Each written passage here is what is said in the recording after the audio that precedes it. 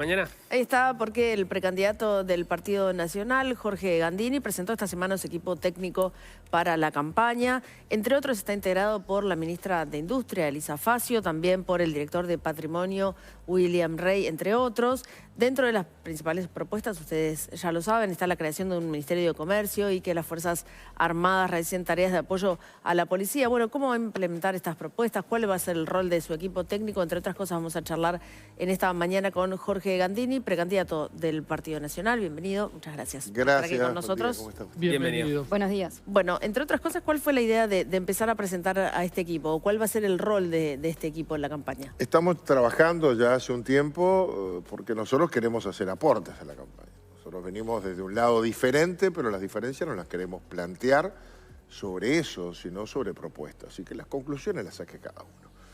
Todos coincidimos, por suerte, en el partido, que vamos a sostener y continuar con lo hecho.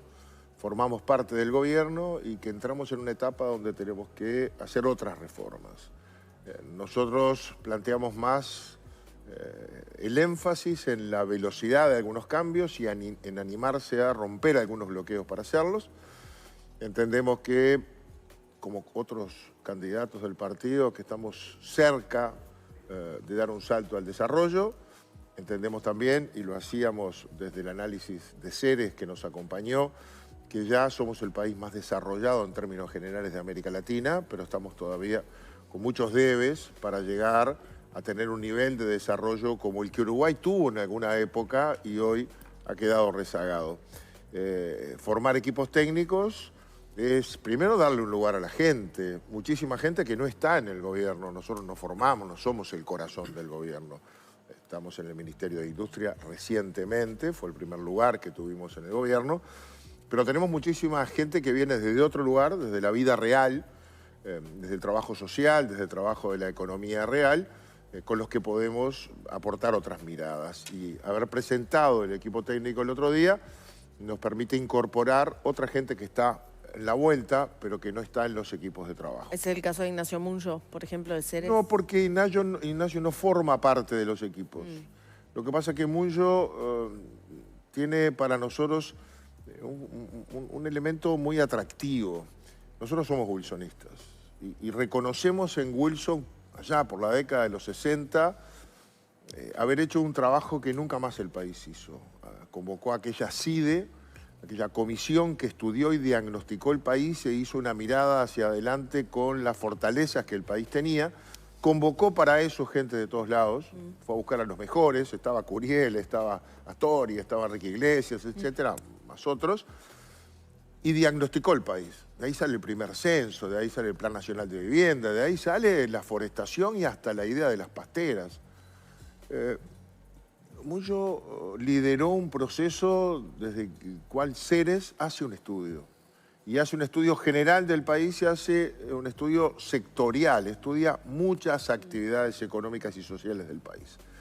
Y nosotros nos fuimos apropiando de eso y fuimos conversando con muchas veces, hasta que llegamos a esta coincidencia.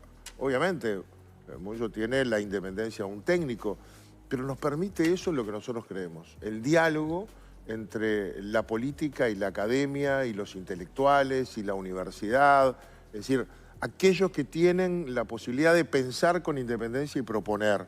Y ahí nos encontramos. Te lo preguntaba porque fue parte importante el miércoles de la presentación de Fue los el expositor. Equipos. Ahí está. Él hizo un muy buen trabajo. ¿Y no va a tener un rol en la campaña él? Bueno, sí, le pedimos materiales, le pedimos guía. ¿Pero es un asesor económico suyo? A ver, Munyo es un tipo muy abierto. Si otro fuera a pedírselo, se lo haría también. Sí. Las otras son las coincidencias. Por lo pronto, hasta el Nosotros momento coincidimos es suyo. en muchas cosas. Lo que decía Munyo, lo decía en la misma presentación, ellos armaron desde Ceres el monitor de desarrollo Exacto. del Uruguay, se lo presentaron a los distintos precandidatos y lo que había dicho era que, hablando de manera coloquial, el único que le había dado bolilla, o el que más le había dado bolilla, era Gandini. Así fue, ese es el diálogo en el que yo creo.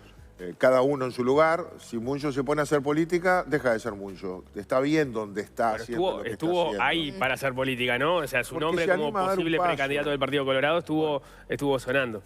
Él lo desmintió, no sé. Él se animó a subir a un escenario de Por la Patria. Obviamente que hay sensibilidades que compartimos, pero no es más allá que eso. No, nos apropiamos, usamos el pensamiento y las ideas que Munyo y su equipo van generando, y eso para mí es muy valioso, esa apertura que se da.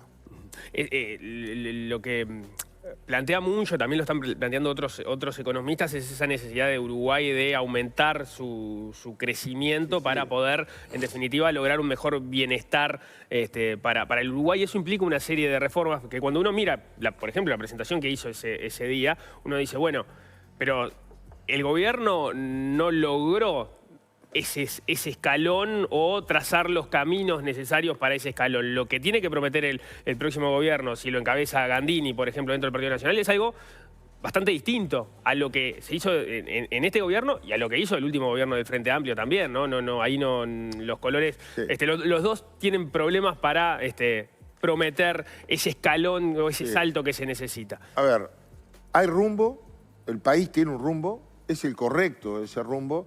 Hay que ponerle acelerador y hay que ponerle mucho carácter para doblegar las resistencias que los cambios siempre tienen. La gente quiere que las cosas sean diferentes, pero se aferra a la mesa porque siempre fue así y tiene miedo que el cambio le afecte negativamente. Uruguay tiene que crecer más. Para que crezca más, genere más economía y se distribuya mejor, porque ese es el otro asunto. También Munyo nos decía, en Uruguay, comparado con los países desarrollados, entre los que ganan más y los que ganan menos, acá el que gana más gana 14 veces más de los que ganan menos. En los países desarrollados es la mitad, son 7 veces. Es decir, no distribuimos bien. Tenemos un problema con... Pero a eso me refiero. Uruguay tiene que crecer más, pero hace 10 años que no crece prácticamente. Bueno. Tiene que reducir la desigualdad y la pobreza, pero no ha habido cambios. A pesar de que su PBI está un poquito más grande, no ha habido cambios, movimientos sustantivos en eso. Tiene que reducir la violencia. Mucho hablaba de los homicidios, eso también está estancado, digámoslo. O sea, hay como un montón de factores en los cuales llevamos 10 años por lo menos sin poder ir hacia ahí. A ver, si lo comparás con el ideal, nos pasan esas cosas. Si nos comparás con todos los demás, logramos resistir los embates de una realidad que nos golpeó a todos con la pandemia, que redujo la economía, que restringió el crecimiento en todos los países. Uruguay está mejor. Hemos hecho algunas cosas importantes que no las ves al otro día. Empezamos con la reforma educativa, es fundamental. No se puso más plata en la educación, ¿no? Bueno, esa es una de nuestras propuestas. Usted se ha peleado por el tema del presupuesto para la universidad. Pero es irremediable porque si somos exitosos en la reforma, va a haber menos abandono y mejor transición educativa, y entonces van a salir más jóvenes de la educación media dispuestos a ingresar a la universidad, y tenemos que pensar que el éxito cuesta más plata. Lo poníamos como ejemplo, desde que se desarrollaron 12 carreras en el eje Salto-Paysandú y se pueden empezar y terminar, entre ellas medicina, lo que pasó en educación media en ese mismo lugar es que termina el liceo un 25% más de jóvenes. ¿Por qué? ¿Y por qué hay algo para hacer después que terminas el liceo? O sea que ese es el éxito que podés medir, pero sale más plata, porque después que terminó, yo necesito más aulas y necesito más horas docentes. Hacia ahí tenemos que ir, habrá que restringir otras cosas, pero ese es el crecimiento a mediano plazo, yo tengo que invertir ahí. Ahí quería preguntarte, porque decís, hace falta más plata, no solo en educación, hace falta más plata seguramente en salud, en seguridad, en primera infancia, que es uno de los temas que se repiten permanentemente. ¿Por dónde restringís? Bueno, primero yo trabajo mucho en presupuesto, hay un gasto muy rígido. Uno de ellos es salarios, pero uno más rígido y complicado es seguridad social. Hay una transferencia de 3.000 millones de dólares por año para sostener el sistema del BPS y las cajas militar y policial. La reforma apunta a que eso sea cada vez menos y no cada vez más como era. Ahí puede quedar algún remanente. Y el crecimiento de la economía, que si tenemos un poquito de suerte, que no la hemos tenido, no hay sequía, esperemos que ahora no haya abundancia, exceso de agua, y los precios nos acompañan un poco, este año será un año de gran producción y de buena exportación. La otra base es ingresar al mundo para poder vender mejor. Todos los caminos que hemos tomado se tomaron bien, pero todos terminaron con un cartel que dice calle cerrada. Está cerrada. Y ahora esta experiencia que estamos haciendo, muy buena, de encontrar en el Congreso de los Estados Unidos una sintonía para que Uruguay se pueda insertar de algún modo con sus productos, va a terminar igual. Al final requiere que nos autorice Brasil, Argentina y Paraguay. Y entonces, porque me entonces, dice seguridad social, sí, en realidad señor. la previsión es estabilizar el gasto, ¿no? No, es que lograr que deje de aumentar, pero en definitiva ahí no parecería que van a aparecer recursos extra porque se va a estabilizar el gasto. Inserción, la producción depende mucho, a menos que se invierta en tecnología, y eso implica sacar dinero antes y esperarlo un poco después, de los precios del mercado internacional. Un año te va a ir bien, otro año te va a ir mal, lo vimos en los últimos 2 años. Inserción internacional dice, estamos haciendo las cosas bien, pero las calles están cerradas. Me quedé a mitad de camino. Están cerrados los caminos de los tratados de libre comercio multilaterales porque no nos vamos a ir del Mercosur y el Mercosur por ahora no viene con esa idea. Pero hay un sinnúmero de países, muchos de ellos que incluso no tienen aranceles, que consumen lo que nosotros vendemos, que son extraños para nosotros. Nosotros entendemos que hay que poner mucho más énfasis en vender. Ahí Uruguay 21 ha hecho las cosas muy bien, pero este gobierno tomó una decisión que yo no me parece que fue medida por los resultados la mejor, que es subsumirlo en la Cancillería. Y la Cancillería de alguna manera ha topiado la expansión que podía tener Uruguay 21 como un organismo decidido a salir al mundo no para la diplomacia, sino para la venta. Y hay una cantidad de organismos y espacios en el país, sobre todo con el sector privado, con esa cabeza. Y entonces nosotros creemos que hay que rearmar un poquito el Estado y armar un Ministerio de Comercio. Porque tenemos un buen Ministerio de Economía y Finanzas, pero no de Comercio, no genera esa visión. Y entrar en los mercados requiere inversiones incluso del sector privado. ¿Por qué entramos en China nosotros? ¿Solo porque un día se le ocurrió al gobierno? No. Hubo empresas que se instalaron en China mucho tiempo antes, conocieron el mercado, mandaron su personal y empezaron a abrir la línea. Bueno, Arabia Saudita, Emiratos Árabes, el norte de África, Marruecos, que es hub en esa región, de países que necesitan consumir lo que vendemos y muchos de ellos no tienen aranceles. Otros tienen tratados de libre comercio con Europa y entonces a nosotros nos cuesta competir, pero muchos tienen ahí productos que Europa no tiene. Hoy Europa no tiene leche para exportar, nosotros sí tenemos, hay que meterse ahí. Yo soy presidente del grupo de amistad con Marruecos. Obtuve en un momento el beneplácito de la Cámara de Comercio de Marruecos, que es imponente, que está en Marrakech, para que Uruguay se instalara. Nos daban oficinas ahí para que fuéramos nosotros a instalarnos allí con personal. Después no prosperó, porque desde el Parlamento esto es muy difícil, pero ese es el camino. Mucho coincide con esto. Acaban de venir de Arabia Saudita, asombrados del interés que hay en aquellos países de venir a invertir acá, porque la seguridad alimentaria en el mundo es un problema que les quita el sueño, sobre todo a estos países, que tienen dinero, pero no saben si en las próximas crisis van a tener alimento y quieren asegurarlo. Y para eso quieren invertir y ser parte y propietarios de los lugares de producción, del arroz, de la leche, de la carne. Tenemos que aprovechar. Ahora, falta un poco de, digamos, énfasis en eso. Y nosotros somos muy optimistas en que Uruguay tiene esas condiciones. Hicimos la reforma de la seguridad social. Esto va a andar bien. No van a juntar las firmas. Si se las juntan, no va a salir. El mecanismo da estabilidad. Nosotros presentamos el proyecto sobre 3 bases. Un país seguro, un país integrado, un país desarrollado. Y las 3 cosas son posibles. Lleva tiempo, lleva esfuerzo y lleva el énfasis con velocidad en un rumbo que creemos que es el correcto que se está trazando. Lo que pasa que siempre escuchamos toda la lista de lugares donde hay que invertir más y agrego a los que ya fueron bien nombrados la ciencia y la tecnología. No hay ningún país que se haya desarrollado con el 0,4. Exacto, con el 0,4 y nunca nos vamos a desarrollar así. Y en ese 0,4 es peor que en la región. Es decir, ni siquiera... Ahí estamos abajo. Estamos muy abajo en la región. Es decir, es una vergüenza. Y es como una lápida sobre nuestro desarrollo. No nos vamos a desarrollar así. Y todas las apuestas van por, bueno, retocar un poquito, pero hace falta, como decíamos, cortar en algunos lugares. Es decir, porque si no, no vamos a lograr, y no veo, yo no lo he visto en los últimos gobiernos del Frente, no lo he visto en este gobierno, encarar esos temas. Es verdad que siempre generan resistencia, pero hay cifras que rompen los ojos, por tirar 2. La Fuerza Aérea, por ejemplo, tiene 2000 y pico de de efectivos, no tiene un solo caza hoy que pueda interceptar, no tiene uno. No hay Sí. un caza volando, pero tiene 2000 y pico de integrantes. El Departamento de Cultura de Intendencia de Montevideo, en este caso lo administra el Frente Amplio, tiene 1200 personas. O sea, bueno, tenemos nuestras prioridades fijadas, no nos vamos a desarrollar. Es así. Yo creo que sí. Y bueno, Yo creo que hay que hacer cosas que no hacemos. hay que digamos. hacer cosas que tienen que ver también con la conciencia social y popular de por dónde hay que invertir, de qué es lo bueno, de cómo hay que esperar un poco para tener resultados. Y este es un clic. Yo creo que el país hizo un clic.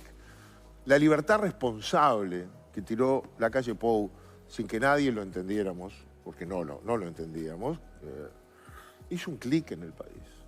Pasamos de aquel país que Metol Ferrer y Juan Martín Posadas recuerdan como aquel país, el Uruguay de los comensales, todos sentados a la mesa esperando que nos sirvan. Ese fue el país del vallismo.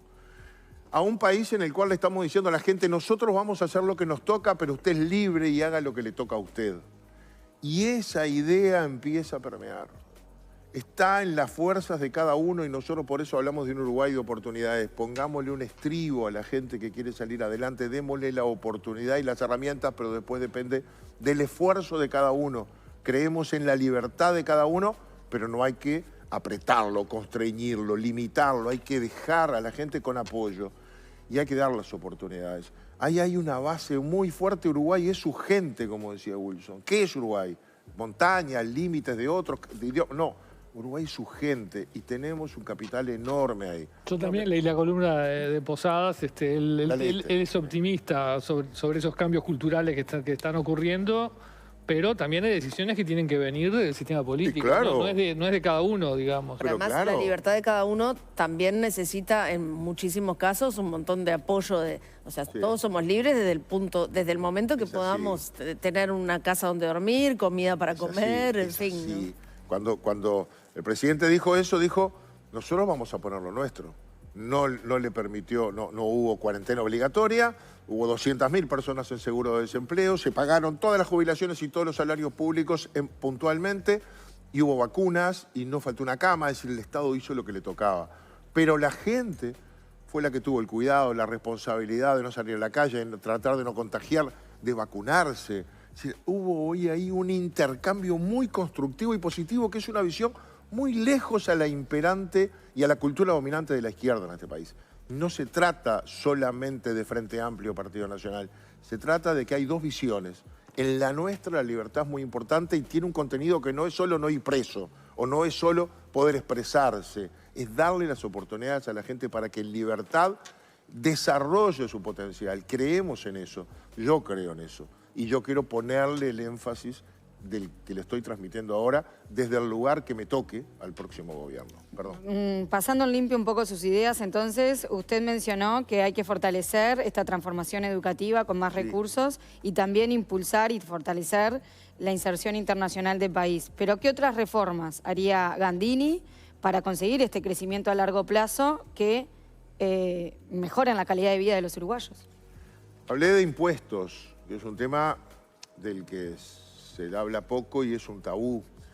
Yo creo que Uruguay tiene una presión impositiva, lo mostraba mucho también, ya superior a toda la región, no podemos incorporar más. Sin embargo, creo que a los efectos de generar mejor distribución tenemos que hacer algunos cambios, tenemos que pensar en algunos cambios.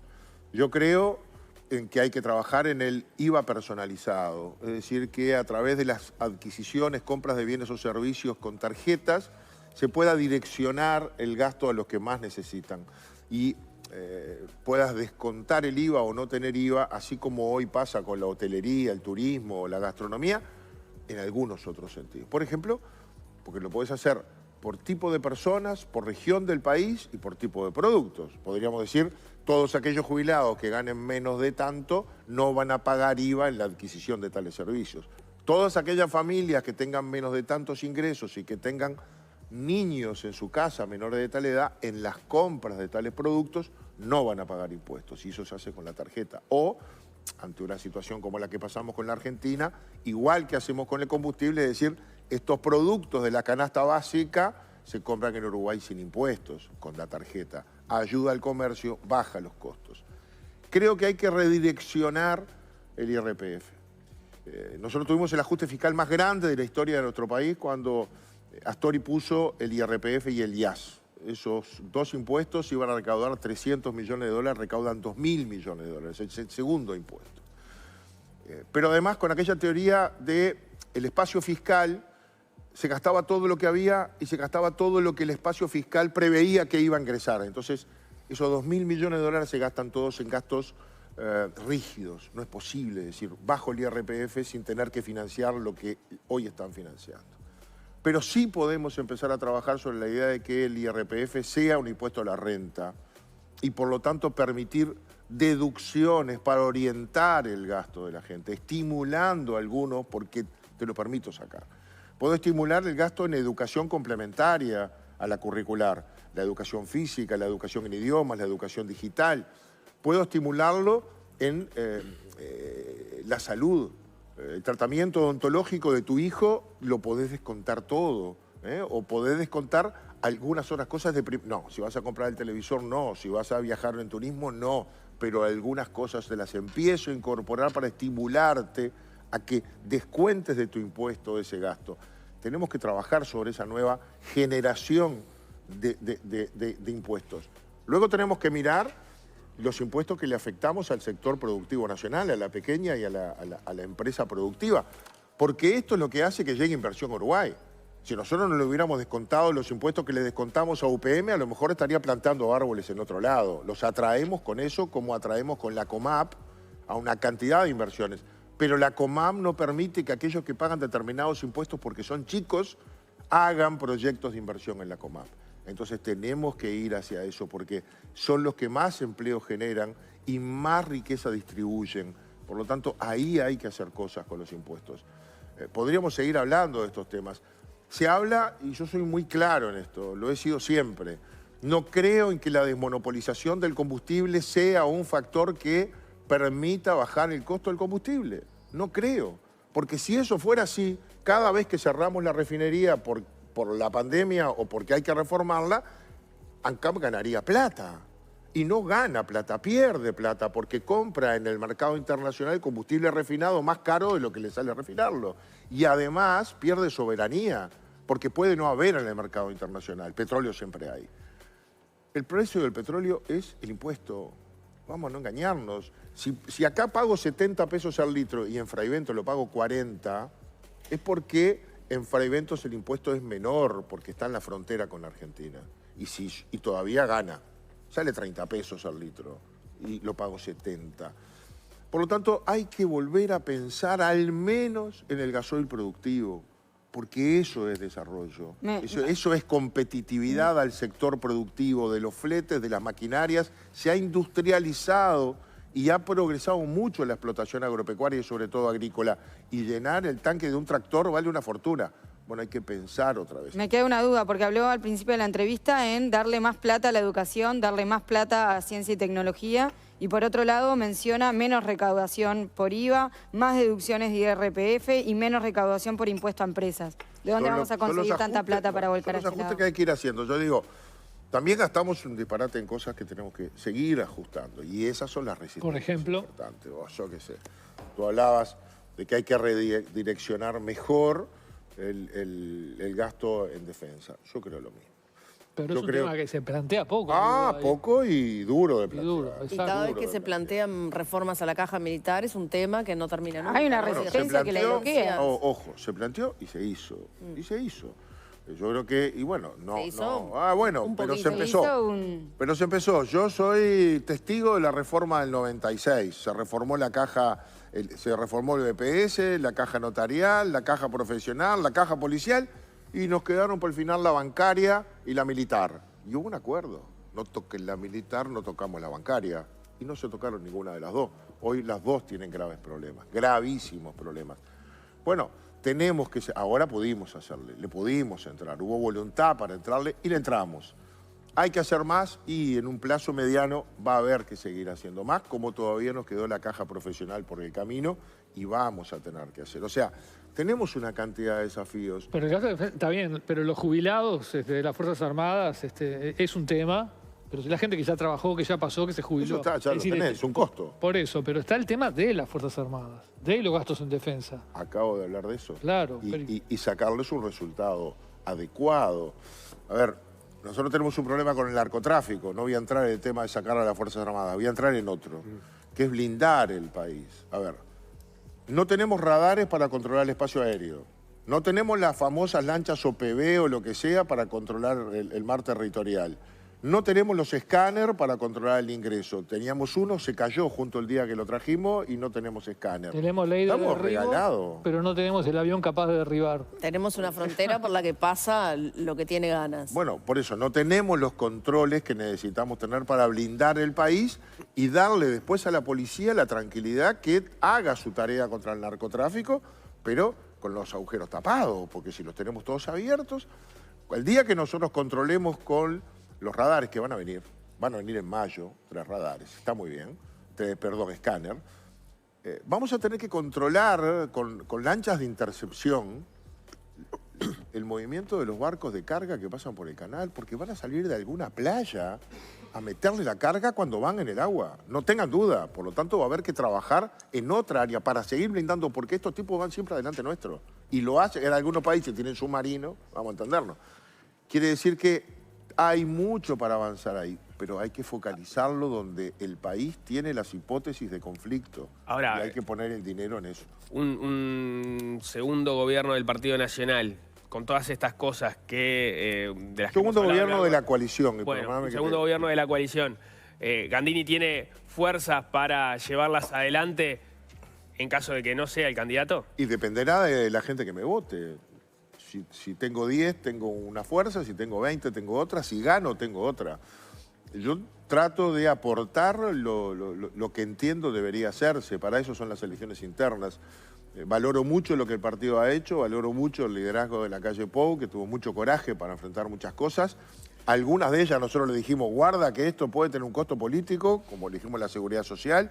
No pudimos hacerla al principio, está muy cerca de la elección. Echó para adelante. En Francia quemaban las calles. Acá salió la reforma sin demasiado problema. Pero da la impresión que a todos los socios de la coalición, incluso los socios dentro del Partido Nacional, o sea, digamos, al Partido Nacional no los aliados detrás de la figura de Álvaro Delgado, les está costando juntar intención de voto diferenciándose del gobierno, ¿no? O sea, el candidato el grupo de Álvaro Delgado es el corazón del gobierno, así se define como la reelección del gobierno. El Partido Colorado tiene menos intención de voto de lo que tuvo, Cabildo Abierto tiene menos intención de voto de lo que tuvo, la candidatura de Laura Raffo está muy detrás de la de Álvaro Delgado y la suya también. ¿Sabés lo que pasa? Falta un tiempo larguísimo todavía. Alguna de las encuestadoras habla de que el 63% de los uruguayos no tiene ningún interés o poco interés en política. Parece extraño, pero nosotros lo notamos. La gente está todavía lejos. Falta mucho para que el voto decante, sobre todo en una interna. Después veremos. Yo estoy muy confiado en que el Partido Nacional va a poder liderar de nuevo una coalición y va a ganar. Y estoy confiado porque yo creo que hay muchísima gente que votó al Frente Amplio en algún momento que sabe que ha conquistado mejores condiciones de vida, que hay una calidad de vida que tiene material e inmaterial, de convivencia, que no va a querer poner en riesgo con una propuesta de un Frente Amplio con una izquierda más a la izquierda, muy tonificada e influenciada por la dirigencia dura del movimiento sindical. ¿En qué se y ahí notaría se va a eso? instalar. ¿En qué se notaría eso? Esa calidad de vida que dice ¿En que... quién empuja? Yo creo que, a ver, el Frente nos pone unos carteles que dicen el gobierno fracasó. Fracasó la izquierda en el mundo entero. Pónganme un país donde el modelo de izquierda haya sido bueno para la gente. Ahora prendemos la tele, vemos Cuba, todo eso. Pero el Frente Amplio... Pónganme un país... El Frente Amplio fracasó más allá del punto de El vista Frente Amplio electoral. fracasó, por eso perdió la elección. El Frente Amplio nos entregó un país... Si es por perder elecciones y fracasar, a ver, nos entregó... a lo largo de su historia. Poner los números. El Frente Amplio nos entregó un país sin pandemia, con 5 puntos de déficit fiscal, con 10,5 de desempleo, con recesión. El país no crecía durante varios trimestres. Es decir, todos los datos de la economía eran muy malos y además una inseguridad insufrible. Mi pregunta es, modelo de usted dice que izquierda, el modelo de izquierda es el modelo que no, fracasó en la izquierda sí, en el mundo. Porque el modelo de Cuba, Venezuela, porque el modelo de la izquierda uruguaya Soviética. se basó en un modelo económico insustentable. Generó distribución y reparto sin aumentar la riqueza que fue generando a partir de mayor carga impositiva y fue constriñendo y apretando a los sectores productivos reales. Y lo hizo sin darle esperanzas a la gente. Este gobierno llegó con pandemia y fue corrigiendo todas esas variables. Hoy hay muchísima más gente con trabajo, hay muchísima más gente que ha mejorado aún con la pandemia. No tenemos conflictos violentos, no ha habido que reprimir un día. Este era un gobierno represivo. Nadie recuerda en su retina haber visto en estos años a la policía con un casco y un garrote persiguiendo a nadie. Heber compró un par de camiones hidrantes y le están oxidando adentro de los galpones de la Republicana. No ha pasado. Hay que volver El a país devolver los vive 4 mejor. puntos de IVA, ahora que decías lo de los impuestos. Hay que retroceder en eso y volver a devolver los 4 puntos de IVA. Pero orientado a qué.